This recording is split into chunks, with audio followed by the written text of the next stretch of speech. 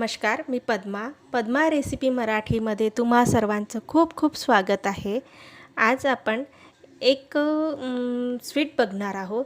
तर त्यासाठी आपल्याला काय साहित्य लागतं आणि झटपट होणारी अशी एक ही स्वीट आहे। आणि जसं आता ज्येष्ठागौरी आहे, त्यासाठी पटकन होणारी ही रेसिपी आहे। अजून कुठले सण वगैरे येतात, त्यासाठी पण झटपट होणारी ही रेसिपी आहे। तर आता आपण त्यासाठी काय साहित्य लागतं तर ते बघूया। इथे मी एक वाटी दूध पावडर घेतलं आहे आणि ते कुठलं पण घेऊ शकता, कुठल्याही कंपनीचं। तर एक वाटी घेतला आहे, थोडं कमी आहे एका वाटीला। आणि इथे मी हा खोबऱ्याचा किस होता, त्याला मी बारीक केला आहे, पावडर बनवलेला आहे, असं छान फाईन पावडर बनवलेला आहे। आणि मार्केटमध्ये सुद्धा तो मिळतो, तसं पण घेऊ शकतो आपण। किंवा खोबरं असेल घरी तर त्याचे काप करायचं आणि त्याला मिक्सी ग्राइंडमध्ये बारीक करून घ्यायचं आणि एकदम फाईन पावडर बनवून घ्यायचं। तर हे दोन्ही मी एक एक कप घेतलेले आहे।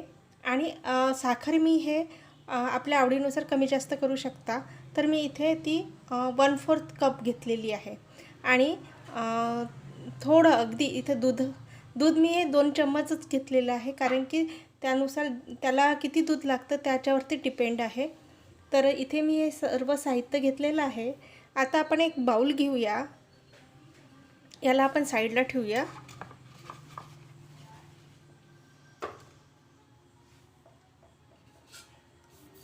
आपण एक बाउल घेतला आहे,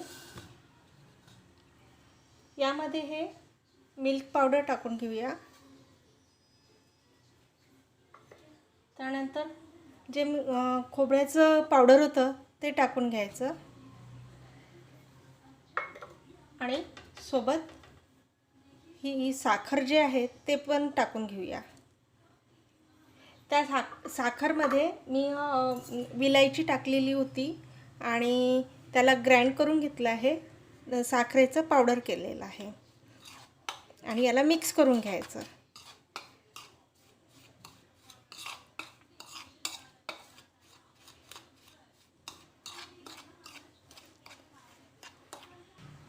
इथे आपण हे मिक्स करून घेणार आहोत। त्याचा तसा गोळा बनतो आहे, पण एकदम फाईन गोळा नाही होत आहे, थोडा कोरडच आहे। तर आपण यामध्ये आपण दूध टाकूया, जसं लागेल तसं दूध टाकायचं।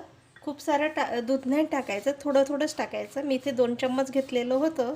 आता बघूया याला किती दूध लागतं। आणि छान असा गोळा करून घ्यायचा।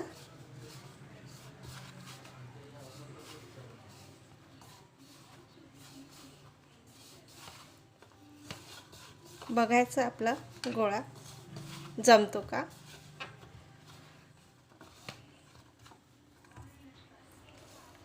असा डो बनवून घेतलेला आहे आणि याला आपण स्मूथ बनवायचं, असं छान मळून त्याला स्मूथ बनवायचं। आणि त्याच्यामध्ये आपण तेल किंवा तूप टाकायची आवश्यकता पण नाही आहे, कारण की ऑलरेडी त्याच्यामधनंच तेल निघतं आहे त्याच्यामुळे। आता आपण या डोचे 2 पार्ट करून घेऊया। एक व्हाईट पार्ट आपण साईडला ठेवूया आणि हा एक पार्ट घेतला आहे,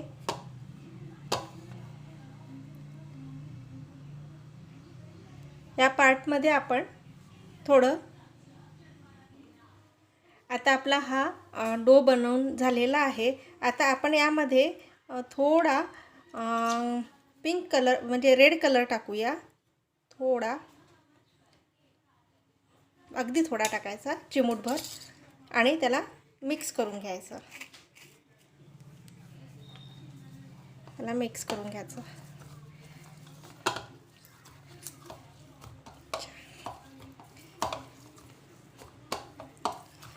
छान तो कलर मिक्स होईपर्यंत त्याला छान मळून घ्यायचं। छान असं मळून घ्यायचं याला। आणि बघू शकता तेल किती सुटलेलं आहे त्याला।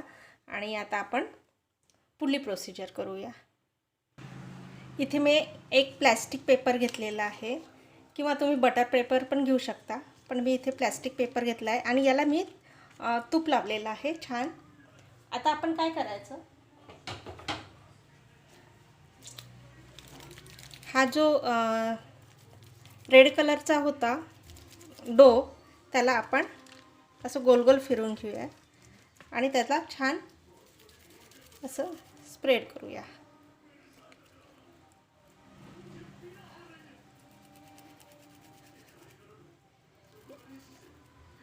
या पद्धतीने, आणि याला आपण साईडला ठेवूया.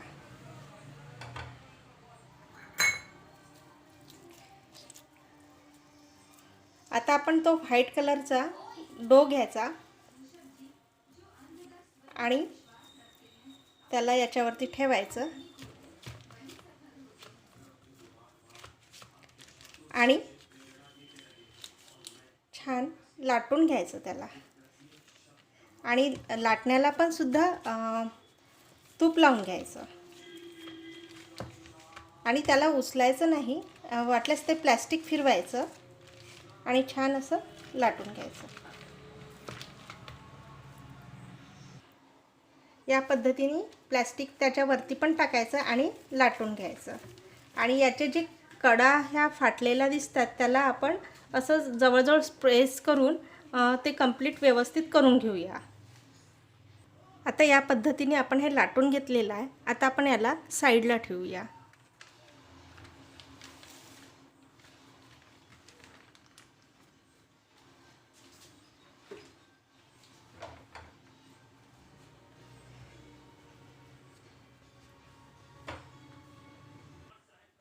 आता आपण हा पिंकवाला घ्यायचा आणि याला सुद्धा लाटून घेऊया.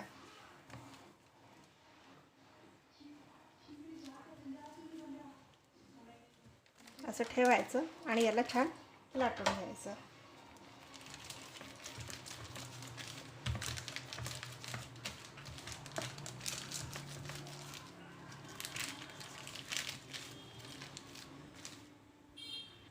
अशा प्रकारे हा पिंकसुद्धा आपला लाटून झालेला आहे.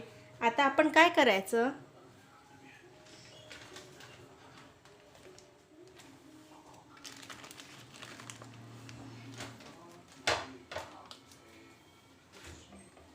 आपण हा व्हाईट जो केलेला आहे त्याच्यावरती ह्या पिंकला टाकून देऊया.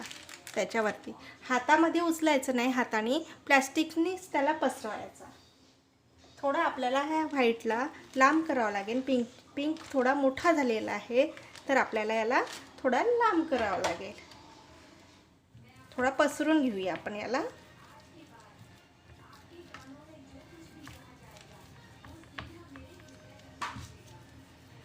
या पद्धतीने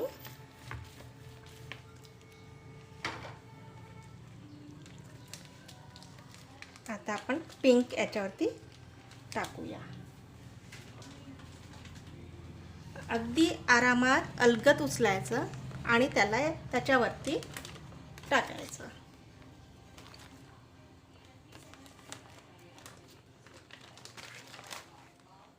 बघू शकता या पद्धतीने.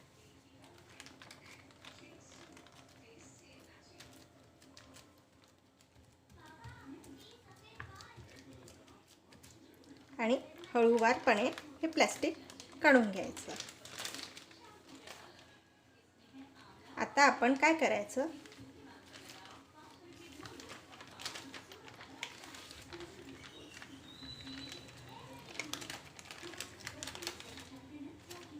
त्याला आता आपण थोडं हळूवारपणे फोल्ड करूया. अगदी हळूहळू पद्धतीने करायचं आणि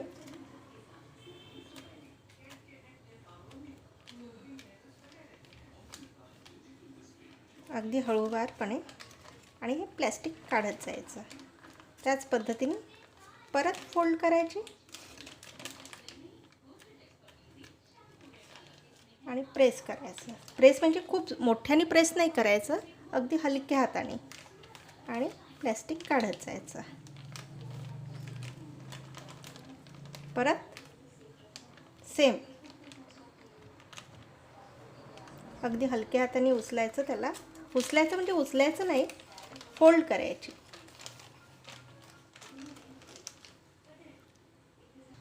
या पद्धतीने तो आपला रोल झालेला आहे. आता आपण रोल झालेला आहे. आता आपण इथे थोडे ड्रायफ्रूट्स टाकूया. कुठले पण ड्रायफ्रूट्स घेऊ शकता. इथे मी बदाम आणि काजू घेतलेले आहे आणि त्याला मिक्सरमधून ग्राइंड केलेलं आहे. थोडं एकदम खूप नाही, पावडर नाही केलेली आहे, थोडं रवेदारच बारीक केलेलं आहे. आणि आपण आता हा रोल याच्यावरती फिरून घेऊया. जस्ट या पद्धतीने.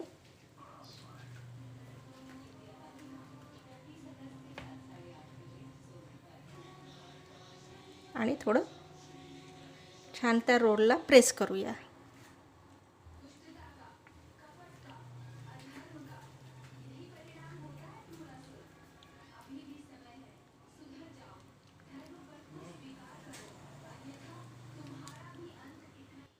आता याला ड्रायफ्रूट्स लावून झालेले आहेत. आता आपण याला ह्याच प्लॅस्टिकमध्ये फोल्ड करून घेऊया. छान पूर्ण असं पॅक करून घेऊया.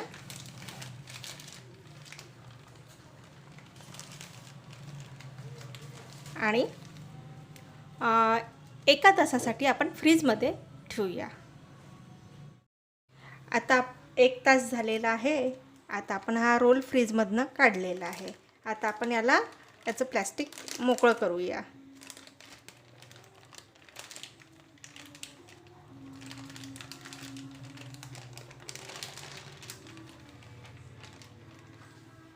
मस्त छान छान दिसतो आहे. आता आपण काय करायचं, याचे साईडचे काप करून घेऊया. आणि सुरी अशी पाहिजे की जिला म्हणजे चटकन कापता येईल अशी सुरी पाहिजे आपल्याला. तर त्यानुसार आपण आता याचे काप करून घेऊया. अगदी हलक्या हाताने काप करायचे.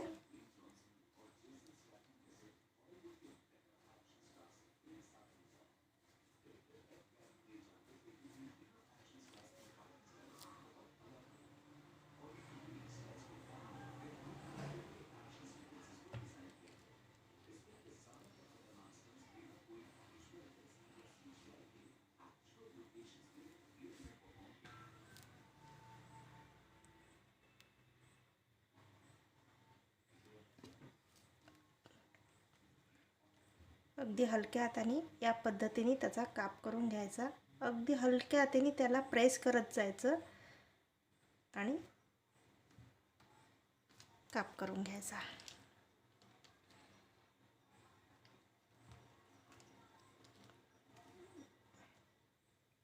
या पद्धतीने आता आपण सर्व काप करून घेऊया.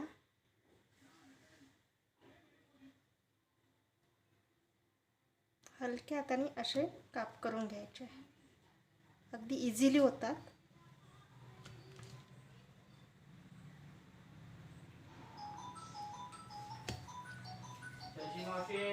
हो.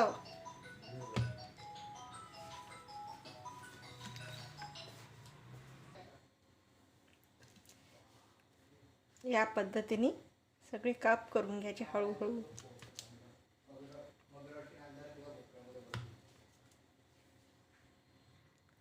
अशा प्रकारे आपण हे काप करून घेतलेले आहे.